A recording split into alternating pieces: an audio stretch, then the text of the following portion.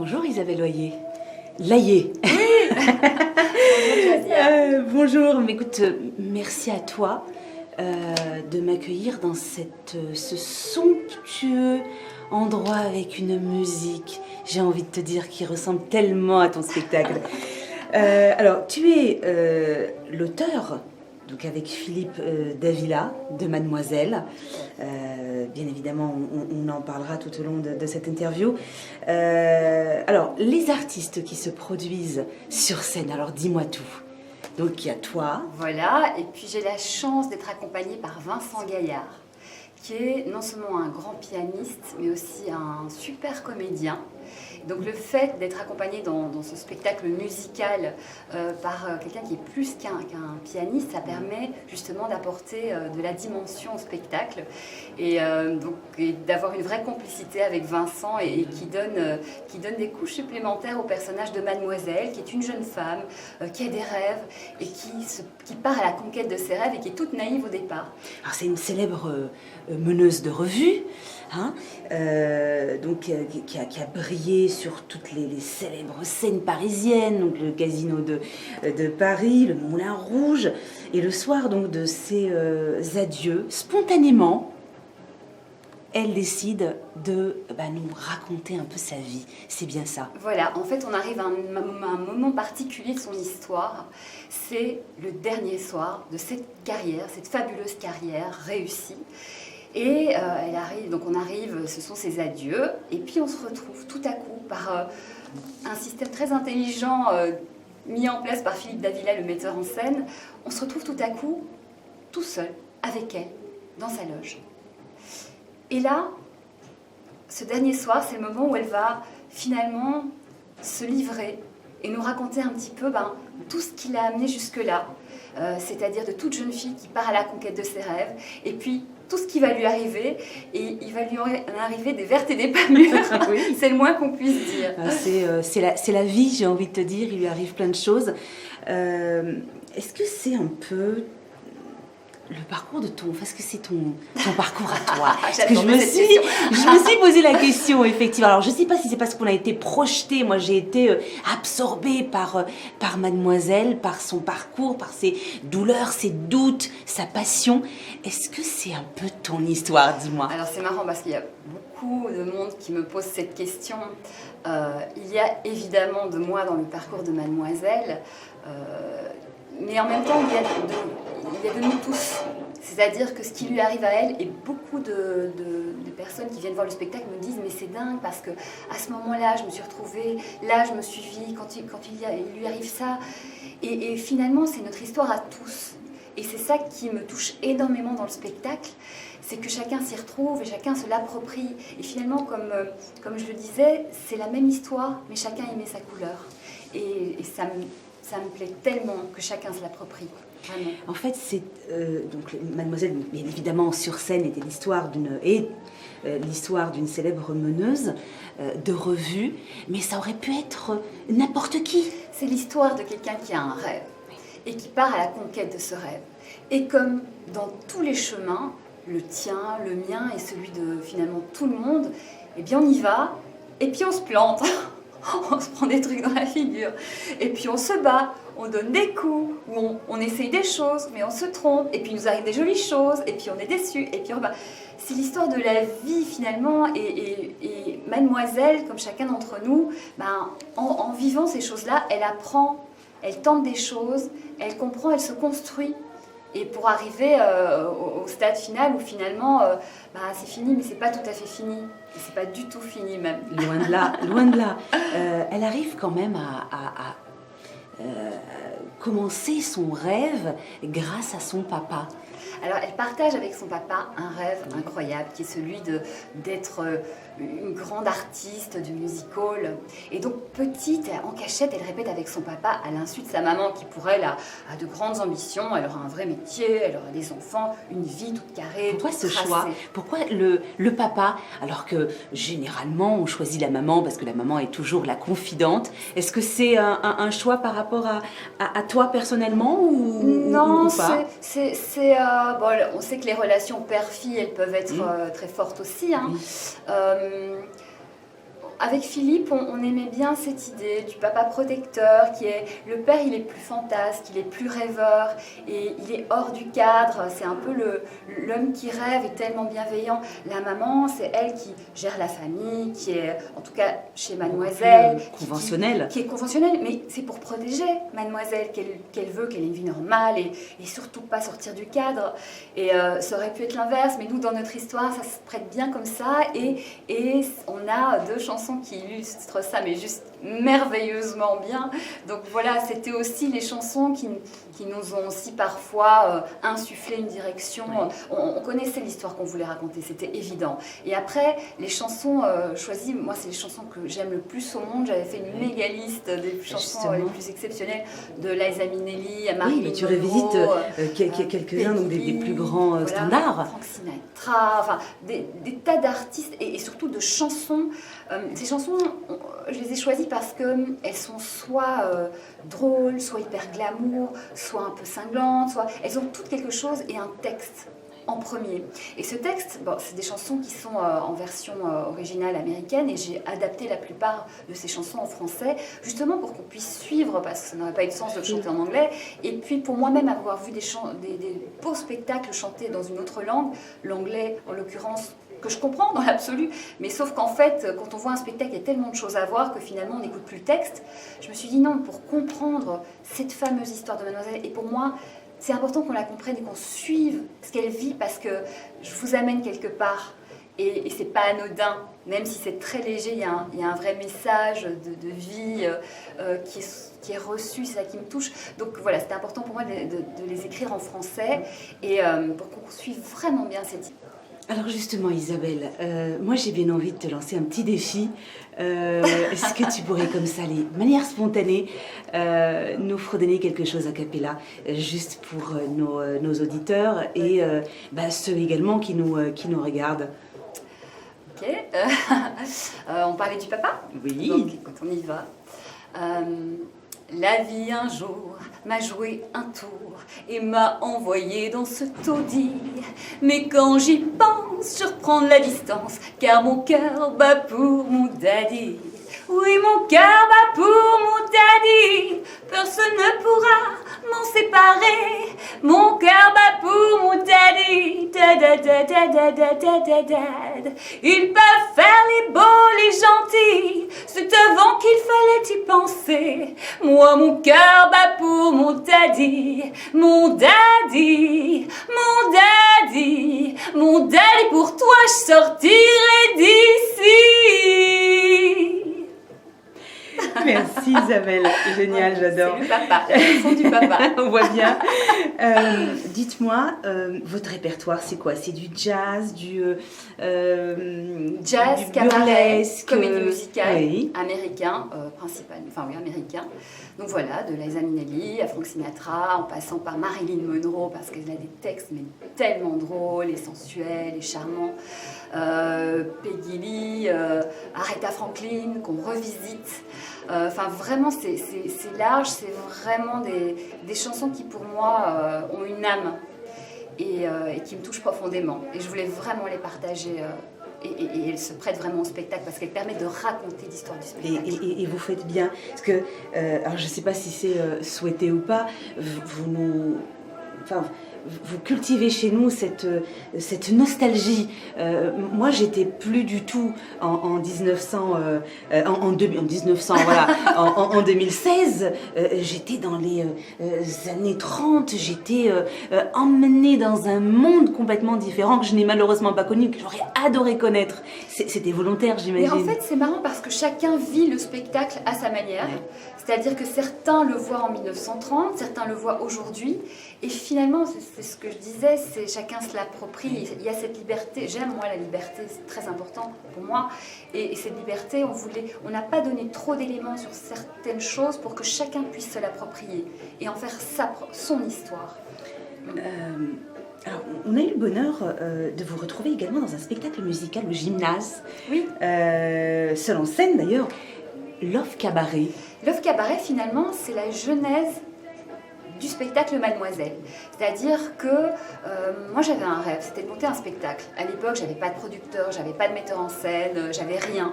Mais je me suis dit c'est pas grave, parce que dans la vie, pas forcément besoin d'argent, il faut des idées, il faut de l'énergie. Et moi je suis quelqu'un qui croit énormément en ses rêves et je ne vais pas m'arrêter pour une raison ou pour une autre. J'y vais, je tente. Donc j'ai proposé ce spectacle. C'était merveilleux, ça s'est super bien passé. J'ai un ami qui m'a aidé, qui s'appelle Chris et que j'aime de tout mon cœur, qui m'a aidé sur ce spectacle parce que je ne pouvais même pas payer un régisseur ou quoi que ce soit. Donc il est venu, alors que ce n'était pas son métier, donc le pauvre, il a eu la trouille de sa vie, mais il s'en est super bien sorti. Et c'est comme ça qu'en fait, Philippe Davila, qui est un artiste que je connais depuis la Belgique, parce qu'on était tous les deux très jeunes artistes en Belgique, je viens de Belgique, et puis Philippe a eu sa grande carrière avec Roméo et Juliette et tous les spectacles qui ont suivi, qui sont vraiment magnifiques, et on se retrouve, il vient voir le spectacle, et suite à une discussion, on se rend compte qu'on a super envie de travailler ensemble, et que ce spectacle-là serait idéal, puisqu'il adore l'univers, que moi ce spectacle je l'ai vraiment dans la peau et j'ai envie de le mener plus loin. Et Philippe et moi on s'est rendu compte, on s'en doutait, mais encore plus on travaille ensemble, qu'on est dans une symbiose artistique assez exceptionnelle et je souhaite à tout le monde, artiste ou autre, de trouver vraiment son partenaire dans la vie, en professionnel, en personnel, en peu importe, mais c'est magique parce que quand l'un dit quelque chose, l'autre apporte et l'autre surenchérit et ça nous a amené tellement plus loin. Avec en plus la particularité de Philippe, donc, qui a transformé ce Love Cabaret, on a coécrit la nouvelle version, que pour moi Philippe c'est vraiment un artiste, je vais dire, avec un immense talent et au fur et à mesure du travail qu'on a fait ensemble, je me suis rendu compte que c'était même un artiste de génie.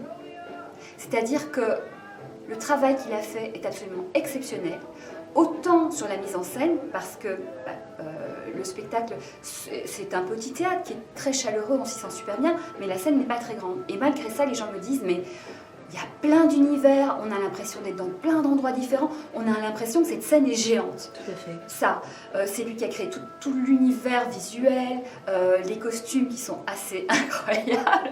J'en profite un max et tout le monde en profite un max. Ils sont fous les costumes. Enfin, tout est exceptionnel. Donc cette collaboration avec Philippe a mené ce petit bébé que j'avais dans le cœur et dans l'âme. Je suis la maman et puis voilà, Philippe c'est le papa de Mademoiselle. Oui, il l'a sublimé. Ah, mais c'est merveilleux et merci la vie, merci Philippe. Et c'est Philippe aussi qui m'a présenté Vincent, qui m'a dit Vincent c'est vraiment la bonne personne pour le spectacle et il avait raison, il est juste fantastique. Donc voilà, et c'est avec Philippe qu'on est parti à la rencontre de notre producteur, Hervé Compan du Théâtre du Marais.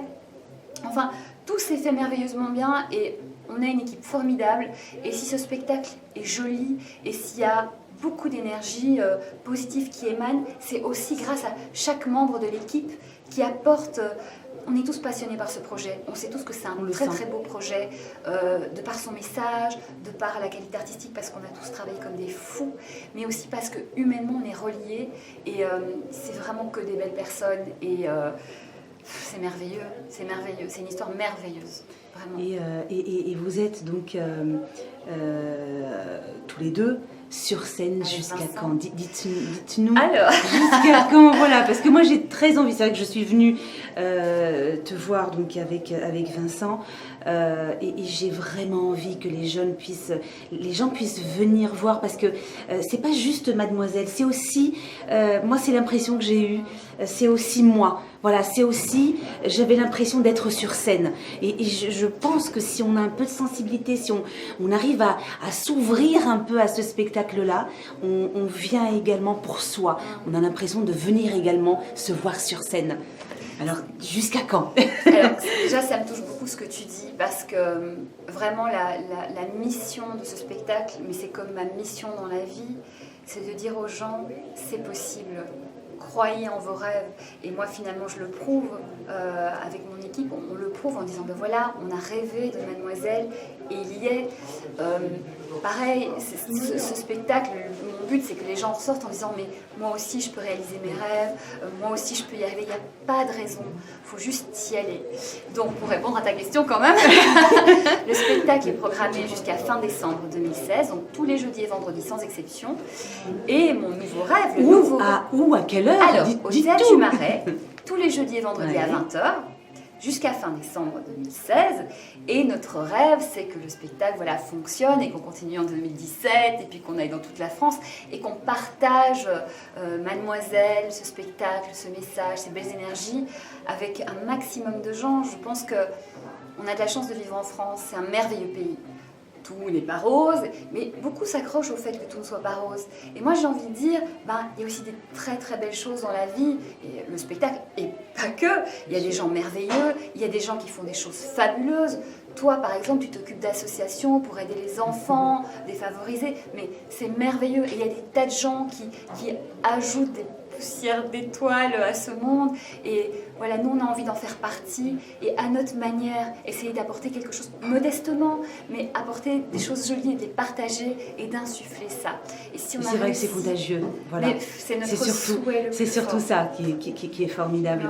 Ouais. C'est surtout parce qu'on vient voir donc ton spectacle, mais on est emporté, on n'est pas seul, et les gens ils s'entourent d'ondes positives. Il y a tellement d'ondes positives dans ce spectacle. Moi, je me permets de te donner mon avis. Alors, mon avis en tant que journaliste, puisque je suis là et on parle de ton spectacle, mais également en tant que spectatrice, parce que je suis également venue. Et vraiment, ce serait merveilleux que les gens viennent partager ce moment-là, parce que c'est plus qu'un spectacle. Voilà.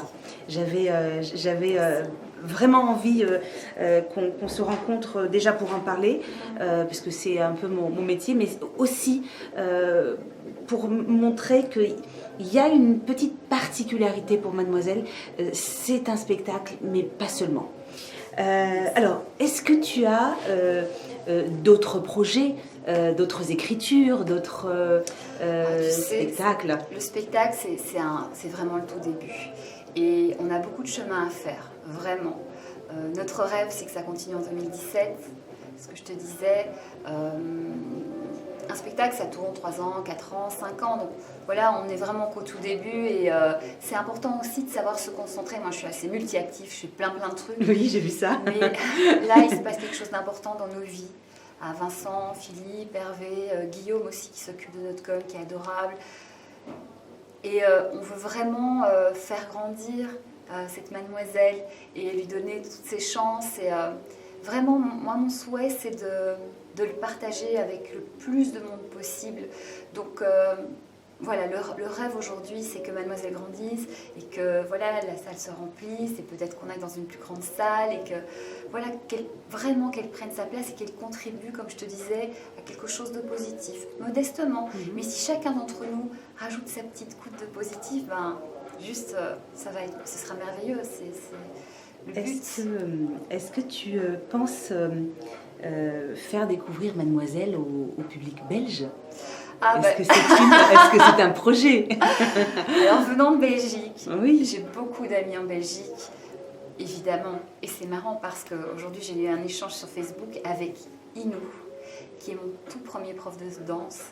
Et je lui disais, il y a des étoiles de toi dans Mademoiselle, parce que c'est elle qui m'a un peu initiée, même si j'ai toujours dansé, cassé tous les pots de fleurs qui traînaient chez moi. C'est en moi depuis toujours, mais le premier cours de danse, j'ai pris avec Inou, et il y a Inou, il y a Colette, il y a Jean-Luc, il y a Isa, il y a tous mes amis, il y a des gens qui ont parcouru ma vie, cette partie de vie, Sam, Magali, Saute, Laurent, tous ces gens qui sont dans mon cœur, oui, j'ai envie de retourner. Et puis toutes les personnes que j'ai croisées dans mes études, sur mon chemin, j'aimerais tellement leur montrer ce qui s'est passé depuis et partager cette partie de moi avec eux, mais évidemment. Mais pourquoi se limiter à la Belgique? Bien sûr, mais moi, j'ai envie de partir partout. Bien évidemment, c'est tout le mal que je te souhaite. Partout où il y a des francophones. Sûr, oui, tout à fait. Et pourquoi pas, et puis bien sûr, pourquoi pas t'élargir plus vers d'autres horizons, pas seulement les pays francophones. C'est tellement, le message est tellement universel. Oui. Je souhaite que tu puisses aller beaucoup plus loin que la frontière de la langue. Qu'est-ce que tu pourrais dire aujourd'hui aux personnes qui te regardent, qui regardent en ce moment l'interview sur Actu Média, justement en rapport avec le rêve. Quel serait, s'ils étaient tous à côté de toi, qu'est-ce que tu pourrais leur dire? Quel serait ton message? Moi, mon message de vie, c'est croyez en vos rêves. On n'a qu'une vie.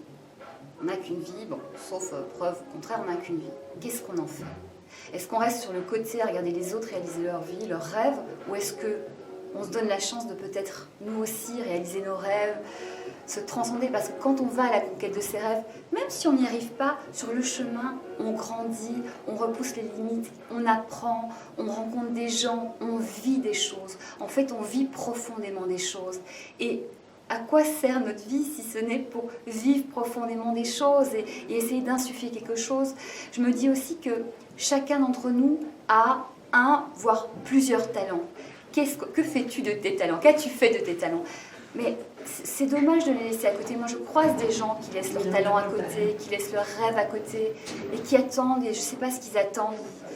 Je dis mais non, enfin moi j'ai rencontré quelqu'un récemment comme ça et ça m'a profondément attristée. Alors si ça va à la personne, pas de souci, dans notre discussion j'ai bien senti qu'elle passait à côté de quelque chose de sa vie. Pourquoi? Alors oui, parfois ça fait peur, parfois faut se dire ok, là je suis dingue, mais j'y vais. Mais le pire risque, c'est de regretter, de passer à côté de sa vie et de ne pas y être allé. Moi, ça m'est arrivé de tenter des trucs et de rater. Finalement, si on a un peu de recul sur soi, moi, je me moque de moi, je rigole, je fais bon, ok, la prochaine fois, comment faire? Et j'essaie chaque fois d'apprendre et de grandir. Le pire risque, pour moi, c'est vraiment de passer à côté.